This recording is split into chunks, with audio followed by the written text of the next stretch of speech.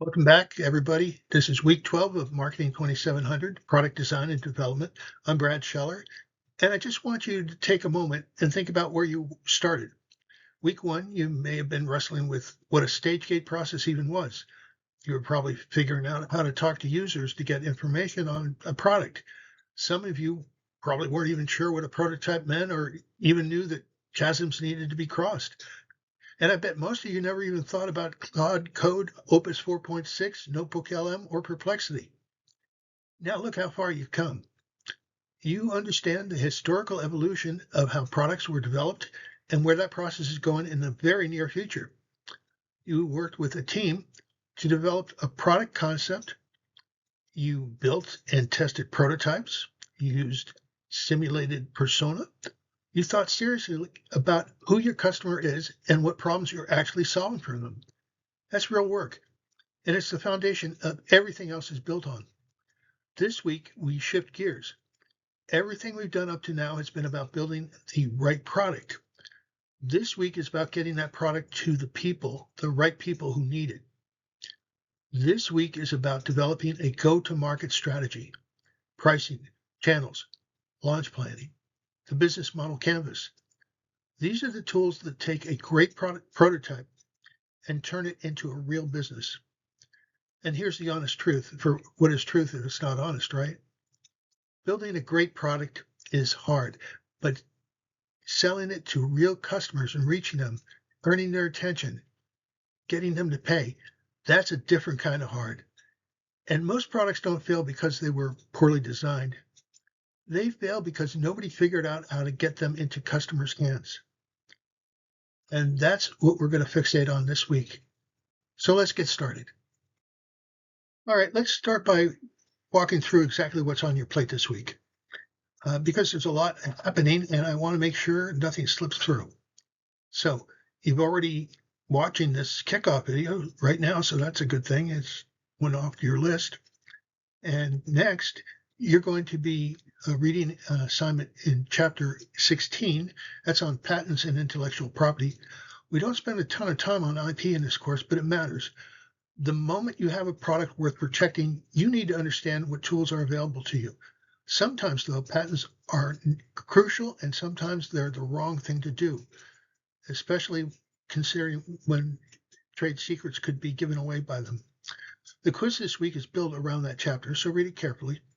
You're also going to be watching the long-promised and ever so eagerly awaited, yeah, right, I'm sure, part 4 of my Journey of an Idea video series, The Great Marketing Transformation from Intuition to Intelligence. This is about fundamentally how AI is changing companies, how they listen to customers, how they develop products, how they run marketing operations. It connects directly to the go-to-market strategy you're building for your team project. You're going to next watch the video appreciation pieces. They're short, and there's some things in there I think might help you in building your product literacy. And then you're going to read the sample Tesla case. It's a model, again, for how a strong case analysis is structured. I promised that I'd post them every once in a while so you could get used to the flow of how they look and feel. So take advantage of that if you wish. Now, in the right column, you've got the reviewing case discussion, and that's worth 2 points. It's a very interesting case. They're right at the precipice of failure or success, right at the chasm. And the specific details, you're going to want to read that and figure out, in order to discuss it intelligently, what should they do? That's something you may face in your future. Your team's go-to-market strategy is the heavy hitter this week. That's 5 points. Due Sunday at 11:59 p.m. Eastern. We're going to walk through exactly what's required in this video. The Notebook LM check-in is 1 point. It's a reflection on how you used AI in your go-to-market work. And the quiz, again, covers patents and IP from chapter 16. Also, if you wish, Zoom office hours on Thursday are available if you wish to talk about your go-to-market strategy or anything else you want to talk about. And I will be there for you. So remember, this is a 5-point team deliverable Sunday. Don't let it sneak up on you. So let's start our go-to-market strategy discussion with the foundation. And here's the thing. It's not one thing. It's 4 things that have to work together. And I want you to understand each one deeply because in your team deliverables this week, I'm going to be asking you to address all four. So first is positioning. This is the most fundamental question in all of marketing, and most teams answer it wrong. The answer to who is this for is not everyone who would benefit. That's not positioning. That's wishful thinking. Real positioning is specific, defensible answer. This product is for this person with this specific problem who currently has no good solution. Think about it like this. If you can't describe your target customer in a single sentence with enough specificity that you could walk into a room and identify them, your position is not finished. Amazon didn't say shoppers. They said book buyers who want more titles at lower prices than any physical store can stock. That's positioning. Second, pricing. There's a misconception about pricing. I constantly see students think pricing is about covering your cost. It's not. Pricing is a signal. The price you set tells customers who you are, what you're worth, and who should buy you. Now, we're going to spend a full slide on this, but I want you to hold on to this one idea right now. Your price shapes how customers perceive your value, not just whether they can afford it. Third, channels. This is how customers discover and buy your product. And the strategic question isn't just where can we sell this? It's where do our target customers already go to buy things like this? You don't get to invent new customer behavior. You have to meet them where they are. Fourth is messaging. And this is the one that gets closest to psychology. Features describe what your product does. Benefits describe what it does for the customer. But the best messaging goes even further. It tells a story of who the customer becomes when they use your product. Apple doesn't sell laptops. They sell creative professionals who think differently. That's messaging. Now, sounds a lot like product, pricing, positioning, and promotion, the 4 Ps, right? Because it is. Now, here's the most important thing on this entire slide. All four must align. I cannot stress this enough. You can have brilliant positioning and destroy it with the wrong pricing. You can have the perfect price, but use a channel your customers don't trust. You can nail your channel, but run messaging that speaks to the wrong person. I've seen real companies burn millions of dollars because they nailed 3 out of 4 and thought that was good enough. It's not. All 4 aligned simultaneously. That's the answer. That brings us to a discussion about market size and TAM, SAM, and SOM. Those are 3 acronyms that pretty much nobody really remembers what they mean, but I'm going to talk about them. So TAM is the total addressable market. And what that means is basically if you had no competition and you could reach everybody, that's what your market size would be. It's not realistic, but it's a goal that you can aspire to. SAM is the serviceable addressable market. That's the product that you can actually target in your geography and maybe your language, etc. And that's something that's achievable, and it's what you should be aiming for. You might not get it right away. You might have to cross the chasm. And SOM is the serviceable, obtainable market. Those are the people that are right there for you, and you can get them. Now, the thing about each is that TAM and SAM, while not immediately available, you build from where you are in SOM, the obtainable market, and maybe you extend it to addressable market by doing things like increasing your geographic reach, or maybe your total addressable market by changing your reach across languages or cultures. So the gist of this is these are 3 market definitions you need in your planning for your go-to-market to figure out how you're going to start at the bottom and work your way up.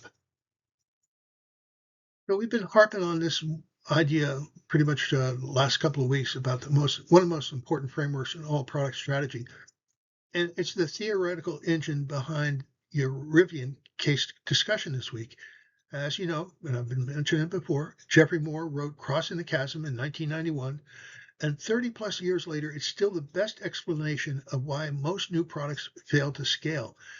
Let's walk you through it once more. This is what you're looking at the left, innovators. 2.5% of any market. They're the people who buy the first version of anything. They're standing in line for the iPhone on launch day.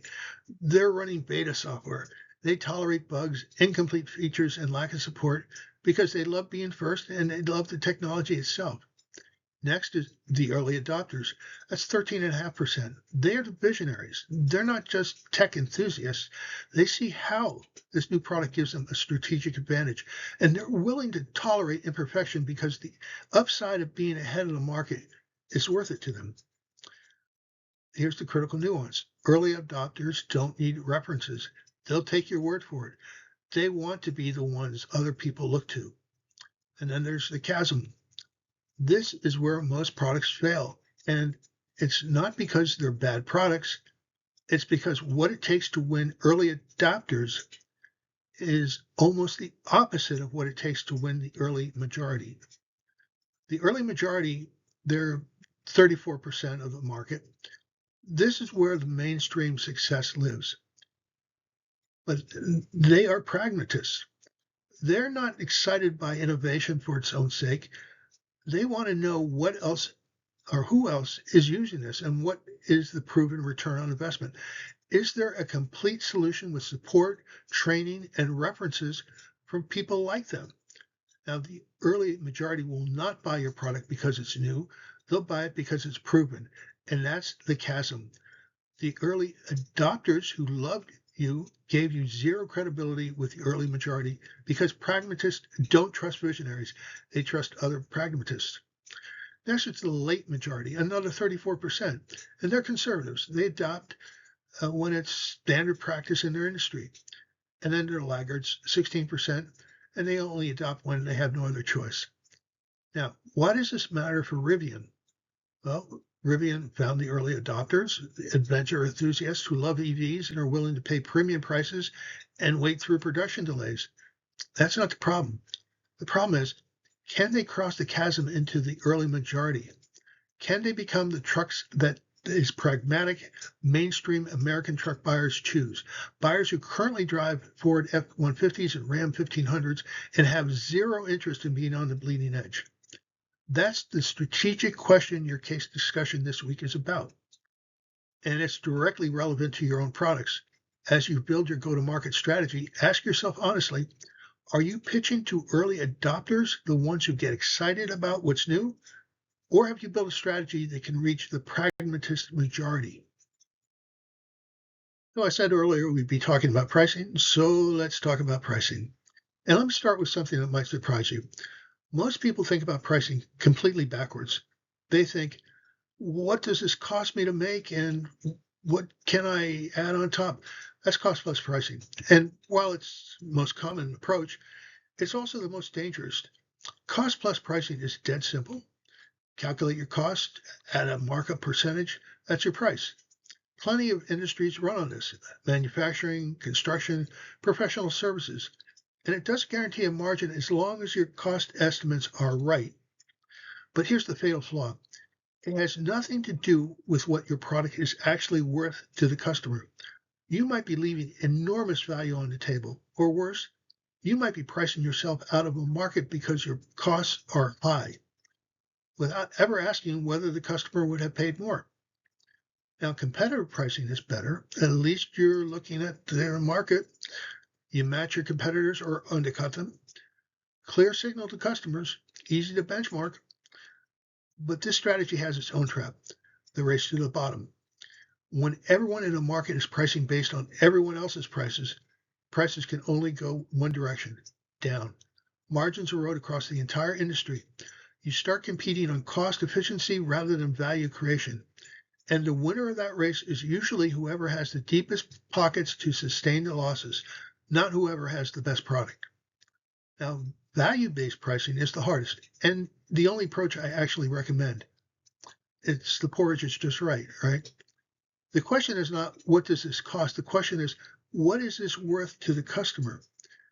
And those are very different questions. Let me give you the bolt analogy because I think it's the clearest illustration. A bolt costs maybe $5 to manufacture. Sold in generic hardware as a fastener, it goes for $10, standard cost plus. 2 times the markup, reasonable margin. Now, the exact same bolt, same materials, same manufacturing, same machining, same metallurgy, but this bolt is the fastener that holds an airplane wing to the fuselage. The value context changes everything. Airlines will pay $100 for that bolt, not because it costs more to make, but because the consequence of it failing is catastrophic. The value being protected, passenger safety, liability, flight operations, is worth thousands of dollars per passenger. Same bolt, different value context, completely different price. Your job in the go-to-market strategy this week is to answer the value-based question: what does this product save, enable, or avoid for your customer, and what is that worth to them in dollar terms? If you can answer that clearly, you'll set a price you can defend. And defending your price with a story about value rather than cost, that's the difference between being a commodity and being a brand. This next item is a fascinating and valuable tool, and I've used it many times when consulting. This is called the Business Model Canvas, and it was developed by Alexander Osterwalder. And it's one of the most useful single-page tools ever created for strategic thinking. Your team needs to complete one this week. So let me walk you through each block quickly. The center block is your value proposition. What value do you deliver? This is the heart of the whole canvas. Every other block either enables your value proposition or captures the benefit of it. To the far right, customer segments. Who are you servicing? Be specific. Anyone who wants to be healthier is not a segment. Commuter cyclists in urban markets who earn over $70,000, now that's a segment. Working back left from there, channels. How do you reach them? And customer relationships. How do you interact? Are you a high-touch, self-service, subscription, one-time sale? Which is it? On the left side, key partnerships. Who helps you deliver? Key activities. What do you actually have to do to run the business? Key resources. What do you need to have in order to operate? Physical, human, intellectual, financial. At the bottom, cost structure on the left. What does it cost to run this business model? Revenue streams on the right. How do you make money? Now, I want to say something that sounds blunt, but it's actually good news.